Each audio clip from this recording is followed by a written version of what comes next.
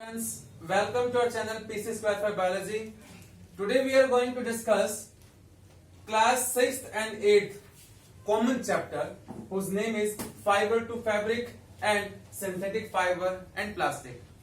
बेटा class 6th के अंदर थर्ड चैप्टर है जिसका नाम है फाइबर टू फैब्रिक और 8th क्लास का चैप्टर नंबर 3 है जिसका नाम क्या है सिंथेटिक फाइबर एंड प्लास्टिक्स। तो आप कह सकते हैं कि 6th और 8th क्लास का चैप्टर नंबर 3 साइंस का डिस्कस किया जा रहा है इस क्लास के अंदर। बेटा ये दोनों चैप्टर एक दूसरे लिंक्ड हैं, इसलिए मैंने ये थोड़ा कंबाइंड वीडियो बनाया है चैप्टर नंबर 3 का, दोनों क्लासेस के लिए, 6th के लिए भी और 8th के लिए भी। जैसे कि आपको नाम में ही मालूम पड़ रहा है फाइबर टू फैब्रिक, फाइबर मतलब रेशों से लेकर के कपड़ों तक, फिर यहाँ पर क्या है सिंथेटिक फाइबर एंड प्लास्टिक। आप कृत्रिम मतलब मानव निर्मित रेशों के बारे में पढ़ेंगे और साथ ही प्लास्टिक के बारे में पढ़ेंगे कि प्लास्टिक के हमारे क्या फायदे हैं, क्या नुकसान है, प्लास्टिक किस तरीके से काम करता है। चलिए आते हैं सबसे पहले 6th क्लास का चैप्टर नंबर 3 डिस्कस करते हैं जिसका नाम क्या है फाइबर टू फैब्रिक। फाइबर का मतलब क्या होता है बेटा रेसे, और फैब्रिक का मतलब क्या होता है कपड़ा। तो रेशों से कपड़े तक का सफर कैसे तय होता है, देखिए यहाँ पर एक छोटा सा मैंने एक मैप बनाया हुआ है। सबसे पहले हम बात करते हैं कॉटन बॉल्स की। देखिए ये नेचुरल जो हमारे पास नेचुरल फाइबर है उसमें हमने कॉटन बॉल लिया। कॉटन बॉल क्या होता है, आप कपास का पौधा देखेंगे, कपास के पौधे की फली होती है तो उसमें रुई होती है।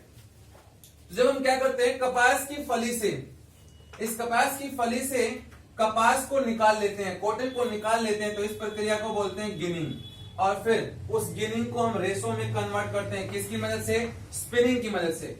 स्पिनिंग मशीन आती है उसकी मदद से उसको फाइबर में कन्वर्ट करते हैं, फिर उसको यार्न में कन्वर्ट करते हैं। यार्न को दो तरीकों से, नाइटिंग से और वेविंग से फाइबर के अंदर कन्वर्ट कर लिया जाता है। तो ये आपका पूरा का पूरा सिलसिला था कि कैसे जो कॉटन वॉल्स होती हैं वो फाइबर में कन्वर्ट होती है। मतलब आप सूती के कपड़े का निर्माण, कॉटन क्लॉथ, आप गर्मियों के मौसम में बेटा कॉटन क्लॉथ्स यूज करते हैं। तो इसमें क्या है हमारे पास कॉटन बॉल से कपास का पौधा उगाते हैं, कपास का एक फली उगता है, उस फूल पर क्या होता है सफेद कलर का कॉटन होगा। तो हम जब उस कपास की फली से उस कॉटन को अलग कर लेंगे तो इस प्रक्रिया को हम गिनिंग कहते हैं। तो आ जाता है एग्जाम में कि भाई गिनिंग किसे कहते हैं, what is ginning. The separation of cotton from cotton balls is known as ginning. Cotton ball से कॉटन को सेपरेट करने की जो प्रक्रिया है वो क्या कहलाती है, गिनिंग कहलाती है। अब देखिए गिनिंग करने के बाद हम उसका फाइबर डेवलप करते हैं। फाइबर कैसे डेवलप करते हैं भाई, स्पिनिंग की मदद से। किसकी मदद से, स्पिनिंग की मदद से। फिर हमारे पास यार्न आता है। तो कोई पूछता है भाई कि ये यार्न क्या है, तो बच्चे हम क्या करते हैं, हम रेशों को बिल्कुल पतले पतले रेशों को और ज्यादा बहुत सारे पतले पतले रेशों को इकट्ठा करते हैं और उसको यार्न के अंदर कन्वर्ट कर लेते हैं। यार्न की नाइटिंग की जाती है। अब नाइटिंग को आप कैसे समझेंगे, देखिए आपने देखा होगा घरों में लोग क्या करते हैं, दो अलग अलग रेशे लेकर के उसको बुन देते हैं। रस्सी को जैसे डबल हेलिकल स्ट्रक्चर में क्या किया जाता है, लपेट दिया जाता है। तो हम क्या करते हैं, रेशों को लेते हैं और उसे हम लपेट देते हैं, तो उसको हम नाइटिंग बोलते हैं। और नाइटिंग के बाद आपके पास फाइबर बन जाते हैं। फिर वीविंग क्या है बेटा, वीविंग भी एक ऐसा ही प्रोसेस है जिसमें हम क्या करते हैं, यार्न को फाइबर के अंदर कन्वर्ट करते हैं। अब आते हैं इस चैप्टर के अंदर इस्तेमाल होने वाली कुछ टेक्निकल टर्म्स के ऊपर, जैसे कि अभी भी हमने डिस्कस किया यार्न, गिनिंग, स्पिनिंग, वीविंग, नाइटिंग और लूम्स। तो जब आप ये चैप्टर कंप्लीट करेंगे, आप इस चैप्टर को अच्छे से पढ़ लेंगे, तो आपको इन सभी वर्ड्स के बारे में नॉलेज होना चाहिए। अब देखिए क्योंकि चैप्टर का नाम ही क्या है बेटा, फाइबर टू फैब्रिक। तो अब स्टार्टिंग से आगे बढ़ते हैं। बेटा हमारे पास दो प्रकार के फाइबर होते हैं, artificial fibre and artificial fibre का दूसरा नाम क्या है बेटा, मैन मेड फाइबर। फिर दूसरा जो अब हमने आर्टिफिशियल फाइबर पढ़ लिया जिसमें हम उसका नाम क्या देते हैं, मैन मेड फाइबर। क्योंकि उसको मानव ने बनाया है इसलिए इसको मानव निर्मित फाइबर भी कहते हैं। हम कहते हैं कि भाई ये आर्टिफिशियल है, शुद्ध हिंदी में इसको कृत्रिम रेशे बोलते हैं, क्योंकि ये मनुष्यों के द्वारा बनाया गया है इसलिए इसको मानव निर्मित कहते हैं। जबकि दूसरा क्या है, जो हमें प्रकृति की मदद से मिलता है उसे हम क्या कहते हैं, प्राकृतिक रेशे। तो आपके पास दो कैटेगरी होगी, मानव निर्मित रेशे और प्राकृतिक रेशे। मानव निर्मित रेशों को तो मनुष्यों ने बनाया है, जबकि प्राकृतिक रेशे जो है आपको प्रकृति से मिले हैं। तो मानव निर्मित रेशों को हम क्या लिखेंगे बेटा, जो मनुष्यों ने बनाया है। तो आपका क्वेश्चन आता है what are man made fibres, तो आप आंसर क्या लिखेंगे, the fibres which has been prepared by humans by the means of various articles or organic materials is termed as artificial fiber। हम क्या करते हैं, विभिन्न प्राकृतिक या फिर अप्राकृतिक वस्तुओं का प्रयोग करके रेशों का निर्माण करते हैं केमिस्ट्री लैब के अंदर, तो उसको हम बोलते हैं आर्टिफिशियल फाइबर। जबकि हमने क्या किया बेटा, जब हमने कोई चीज पेड़ पौधों से प्राप्त की, जैसे कि कपास और पटसन, जूट। बेटा आप देखते हैं घर में चारपाई होती है, चारपाई को पटसन से, जूट से बुना जाता है, और आप जो गर्मी में सूती का कपड़ा पहनते हैं तो वो भी कॉटन से बनता है। तो आपके पास अब दो चीजें थी, मैनमेड मतलब आर्टिफिशियल फाइबर, जिसके एग्जांपल क्या है, पॉलिएस्टर, नायलॉन और एक्रिलिक। जबकि नेचुरल फाइबर का एग्जांपल क्या है, कॉटन, जूट एटसेट्रा। अब देखिए बेटा, आपको ना इन सभी चीजों के फायदे और नुकसान दोनों पता होना चाहिए। जो आपका ये जो आर्टिफिशियल फाइबर जो होता है, आर्टिफिशियल फाइबर जो होता है ये सस्ता होता है और ये ड्यूरेबल होता है, लंबे समय तक आप इसको संभाल के रख सकते हैं, इसको धोना आसान होता है। बाजार में आप जाते हैं, आप कंपेयर करते हैं आर्टिफिशियल और नॉन आर्टिफिशियल फाइबर्स का, तो आपको क्या मिलता है कि आर्टिफिशियल जो क्लोथ्स हैं they are actually less expensive, but जो कॉटन है, जो नेचुरल फाइबर्स हैं, ये एक्सपेंसिव होते हैं। अब इसमें आप एक रेशम का एग्जांपल और ले सकते हैं, सिल्क, जिसके कपड़े काफी महंगे होते हैं। तो आप कह सकते हैं कि भाई एडवांटेज क्या है कि जो सिल्क है अच्छा है, चमकदार है, उसमें काफी अच्छी क्वालिटी है, लेकिन अगर आप कॉस्ट प्राइस की बात करते हैं तो जो मैनमेड आर्टिकल्स होते हैं हमारे पास, जो मैनमेड फाइबर्स होते हैं, they are less expensive compare to manmade. They are the natural fibers. The natural fibers are costly compared to man-made fiber. तो जो प्राकृतिक रेशे होते हैं ये मानव निर्मित रेशों की तुलना में महंगे होते हैं, या फिर कह सकते हैं कि जो मानव निर्मित रेशे होते हैं, जो आर्टिफिशियल फाइबर्स होते हैं, they are costly than natural fibres. अब देखिए, मैंने आपको गिनिंग के बारे में बताया। गिनिंग एक टर्म है, क्वेश्चन क्या आ जाएगा, what is ginning? The process of separation of cotton balls from cotton.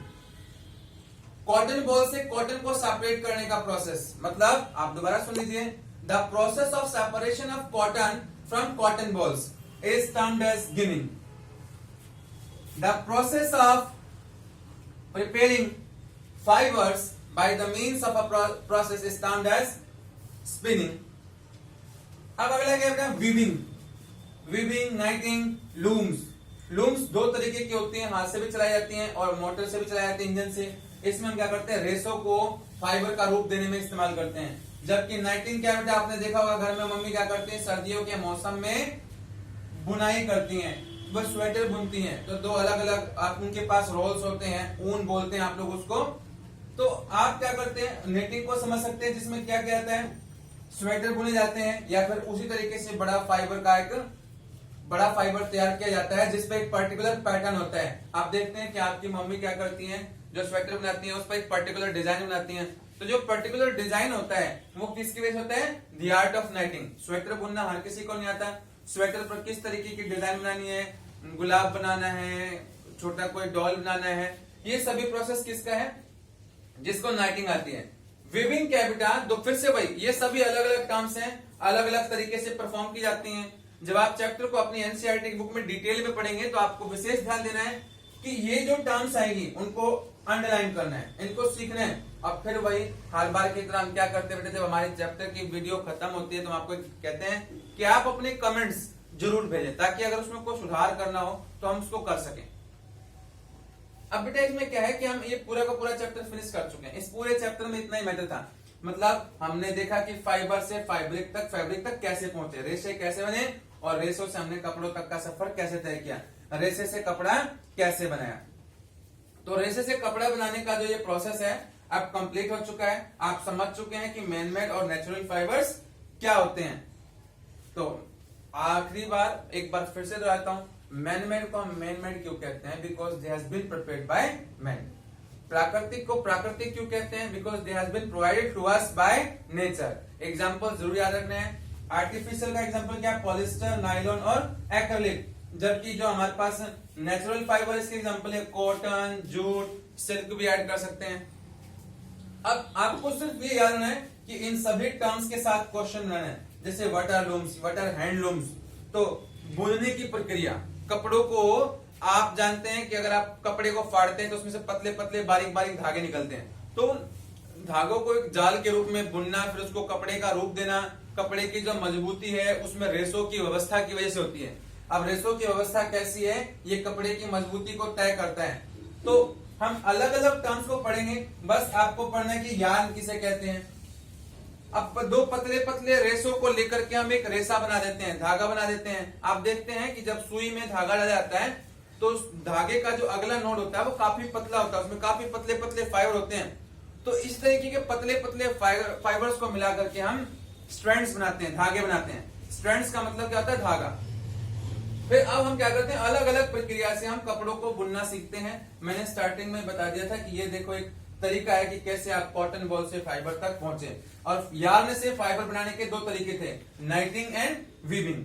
Weaving करके आपने रस्सी बनाई।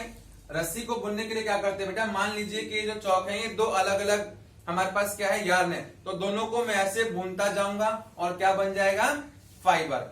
फिर वापस नाइटिंग की जाएगी। तो मैंने आपको बता ही दिया कि मम्मी क्या करती है बेटा, स्वेटर को बुनती है। बुनने के लिए दो तीन चीजें अलग अलग तरीके की इस्तेमाल की जाती हैं।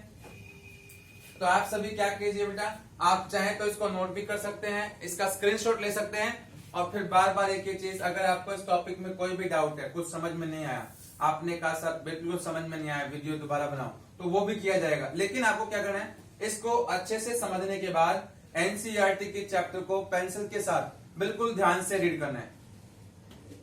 कोशिश करना है कि उस चैप्टर की एक्सरसाइज खुद भी लिख सको, और उसमें जो छोटे छोटे टर्म्स है इनके साथ एक क्वेश्चन जरूर बनाना है।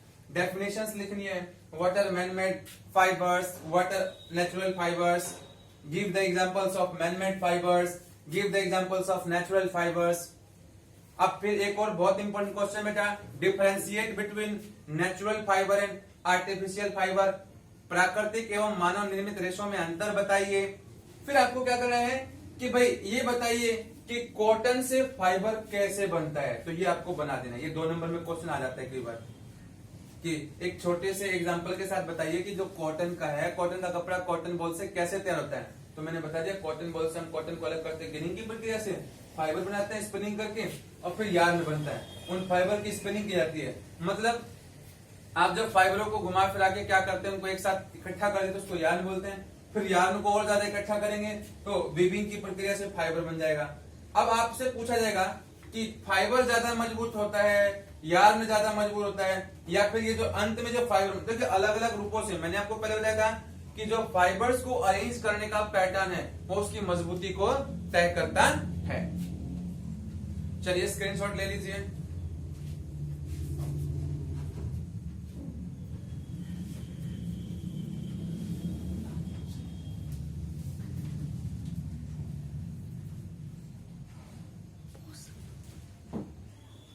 अब बच्चे क्वेश्चंस हैं, what is ginning, the process of separation of seeds from cotton is called ginning. आपने क्या किया बच्चा, कॉटन बॉल्स में से कॉटन को अलग कर दिया, फिर उस कॉटन के अंदर जो सीड्स होते हैं उसको सेपरेट करने का जो प्रोसेस है वो गिनिंग कहलाता है। नेक्स्ट क्या है, व्हाट इज स्पिनिंग, स्पिनिंग किसे कहते हैं, the process of preparation of yarn from fibre is called spinning. तो आपको मैंने यहाँ पे लिख के दिया था, प्रोसेस ऑफ मेकिंग यार्न बनाने की प्रक्रिया किससे बेटा, फाइबर से, उसको हम क्या कहते हैं, स्पिनिंग कहते हैं। तो ये दोनों क्वेश्चन बहुत इंपॉर्टेंट है, आप नोट कर लीजिए बेटा। एक और क्वेश्चन है, व्हाट इज वीविंग। अभी मैंने पहले बताया भी है, the process of arranging 2 sets of yarn. देखिए दो यार्न को क्या लिखा है, the process of arranging 2 sets of yarn together to make a fibre. दो यार्न को एक साथ अरेंज करने की ऐसी प्रक्रिया जिसे हम क्या कहते हैं, वेविंग कहते हैं। तो आप डेफिनेशन को दोबारा पढ़ लीजिए, the process of arranging 2 sets of yarn together to make a fabric is called weaving. Next question क्या है, question number 4, what is natural fibre. Natural fibre किसे कहते हैं, the fibres of some fabric is obtained from plants and animals. बेटा मैंने आपको बताया भी है पहले कि कुछ फाइबर्स जो हैं, कुछ फैब्रिक के फाइबर हमें कहां से मिलते हैं, पौधों और जीवों से मिलते हैं। तो these fibres are known as natural fibres, इनको हम नेचुरल फाइबर कहते हैं। एग्जाम्पल क्या दिया हुआ है, कॉटन, सिल्क, वूल, जूट एटसेट्रा। इनको नोट कर लीजिए बच्चे। एक और क्वेश्चन है, व्हाट आर फाइबर्स? फाइबर्स किसे कहते हैं? तो इसमें लिखा हुआ है the thin strands of thread. धागे देखते हैं आप, धागों में भी और पतले पतले रेशे होते हैं, तो उसी के बारे में पढ़ रहे हैं हम। The thin strands of thread that we see are made up of still thinner strand. उनको और पतले स्ट्रैंड से मिला करके बनाया जाता है, जिनको हम फाइबर कहते हैं। आप देखेंगे जब धागे को सुई में डाला जाएगा तो उसके और पतले पतले रेशे दिखाई देते हैं, तो वो जो पतले पतले रेशे होते हैं उन्हीं को हम फाइबर कहते हैं। नेक्स्ट क्वेश्चन है, what are artificial fibres? Artificial fibres किसे कहते हैं? The fibres which are made up of human, made up by humans. वे फाइबर जो मनुष्यों के द्वारा बनाए गए हैं इन द लेबोरेटरी, लेबोरेटरी के अंदर, is known as artificial fibre. Example क्या बेटा, पॉलिस्टर, रेयान, एक्रेलिक एटसेट्रा। तो ये आपके 5-6 क्वेश्चन हो गए जिनको आप, मतलब ये मस्ट है, इनको तो लर्न करना ही है। तो 6th क्लास का जो चैप्टर है अब ओवर हो चुका है। चलिए अब 8th क्लास का चैप्टर जिसका नाम क्या था, सिंथेटिक फाइबर एंड प्लास्टिक, पढ़ना स्टार्ट करते हैं। बेटा इस चैप्टर में सिंथेटिक फाइबर को ज्यादा डिस्कस किया जाएगा और इस चैप्टर का जो अंत है वो प्लास्टिक के साथ होगा।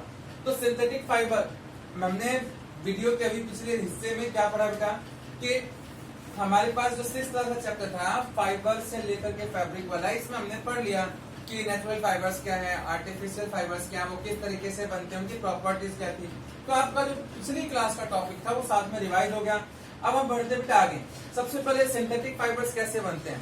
तो सिंथेटिक फाइबर्स को बनाने के लिए बहुत सारे जो छोटी छोटी यूनिट्स होती हैं उनको हम जोड़ देते हैं। तो जब छोटी छोटी यूनिट्स को जोड़ दिया जाता है तो हम उसको क्या बोलते हैं, पॉलीमर। देखिए मैंने यहाँ पर लिखा हुआ है, when small units are combined together they are termed as polymers।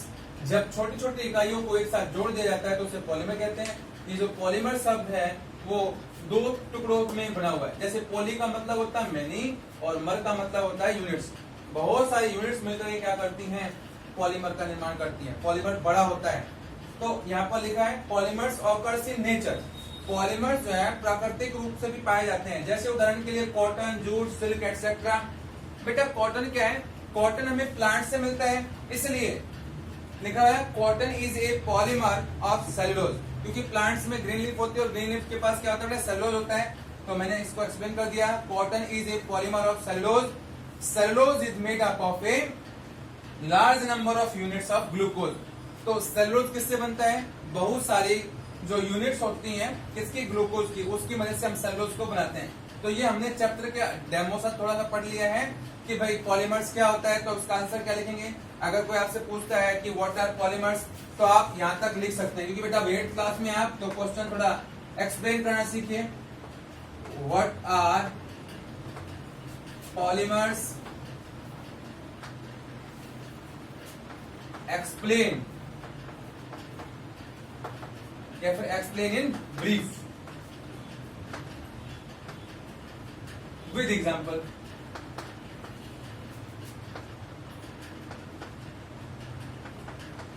तो पॉलीमर्स क्या है, उदाहरण सहित समझाइए।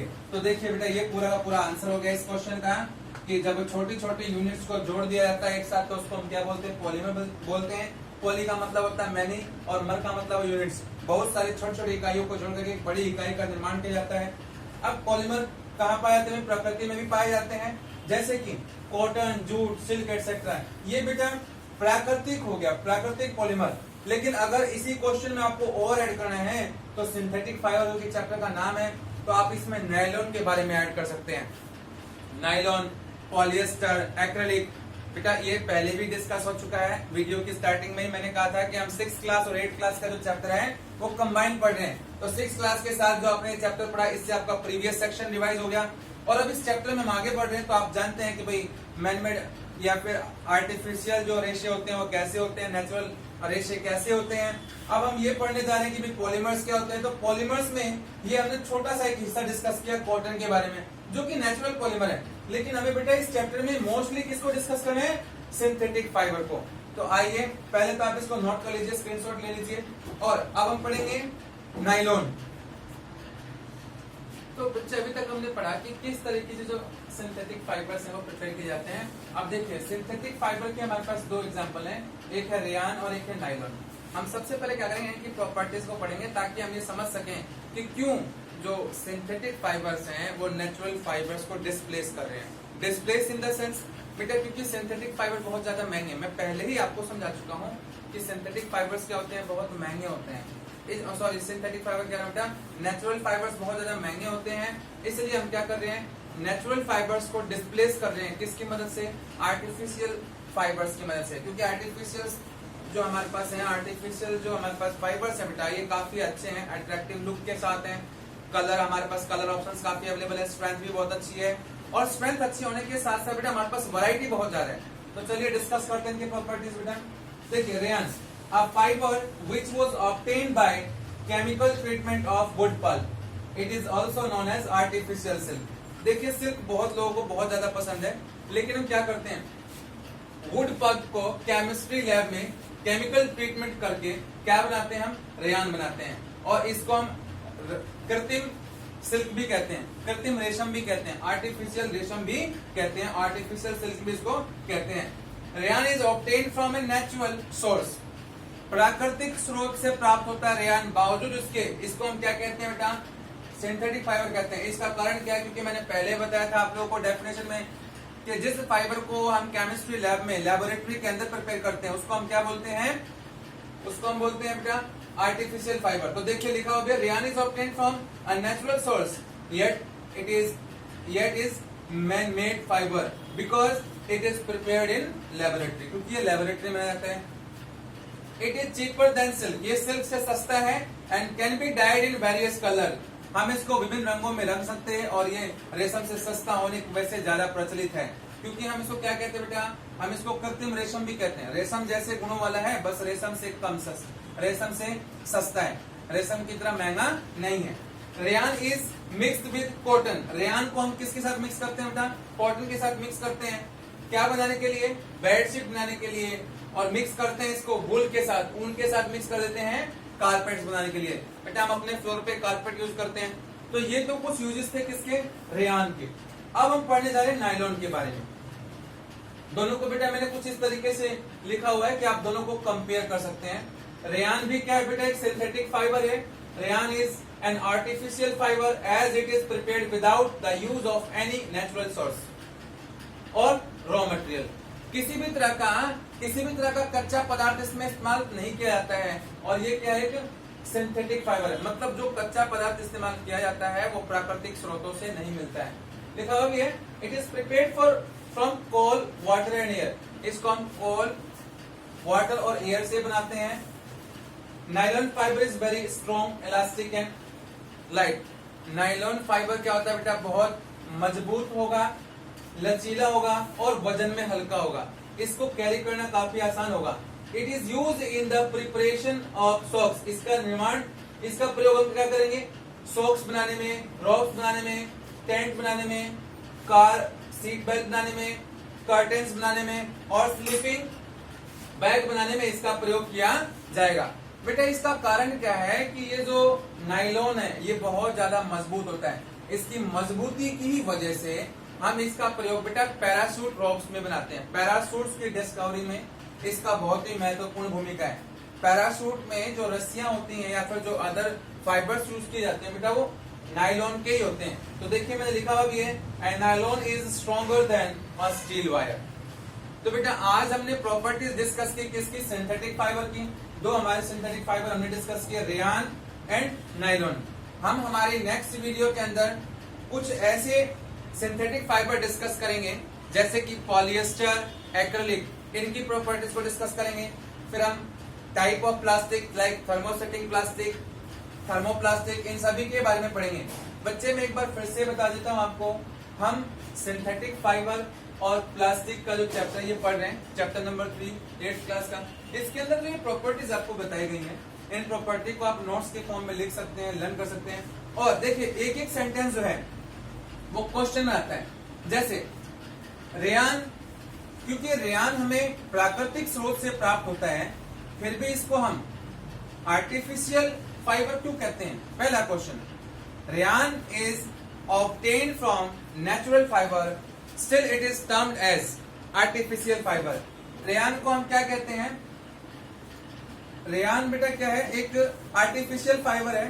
तो हम इसको क्या करते हैं, आर्टिफिशियल फाइबर को भी हम क्या बोलते हैं कि भाई ये क्यों, किस तरीके से बनाया गया।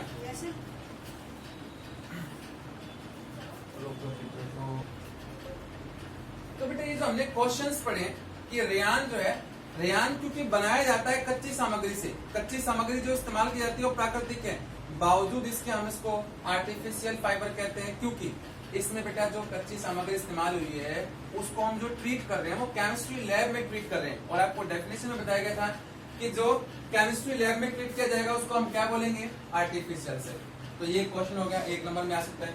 फिर देखिए आर्टिफिशियल सिल्क बोला जाता है इसको, क्यों, क्योंकि आर्टिफिशियल सिल्क इसलिए बोला गया है इसकी सारी की सारी प्रॉपर्टी सिल्क जैसी है, बस इसको केमिस्ट्री लैब में बनाया है, इसलिए इसको हमने क्या बोला, आर्टिफिशियल सिल्क बोला। अब ये बताइए कि which is better, artificial silk और नेचुरल सिल्क। अगर आपसे कोई पूछता है कि आर्टिफिशियल सिल्क और नेचुरल सिल्क में से बेहतर कौन सा है, तो देखिए मेरे हिसाब से जो रेयान है वो बेहतर है क्योंकि सस्ता है, आपके पास कलर ऑप्शंस बहुत सारे अवेलेबल हैं और ठीक है इसको धोना बहुत आसान है। नेचुरल जो आपका फाइबर है जिसको क्या क्या कहते हैं, सिल्क कहते हैं, या फिर वो मतलब इतना इजी नहीं है, उसमें आपको कलर स्टेन्स अवेलेबल नहीं है। तो ये कुछ वेरियस प्रॉपर्टी है बेटा किसकी, सिंथेटिक फाइबर्स की, जिसको आपको अच्छे से लर्न करना है। और देखिए अगर आपको वीडियो अच्छी लगी है तो प्लीज शेयर कीजिए, हमारे चैनल को सब्सक्राइब कीजिए और बेल आइकन जरूर दबाइए ताकि आपको लेटेस्ट नोटिफिकेशन मिल सके। Thank you very much for watching video. थोड़ा नहीं है वीडियो देखना।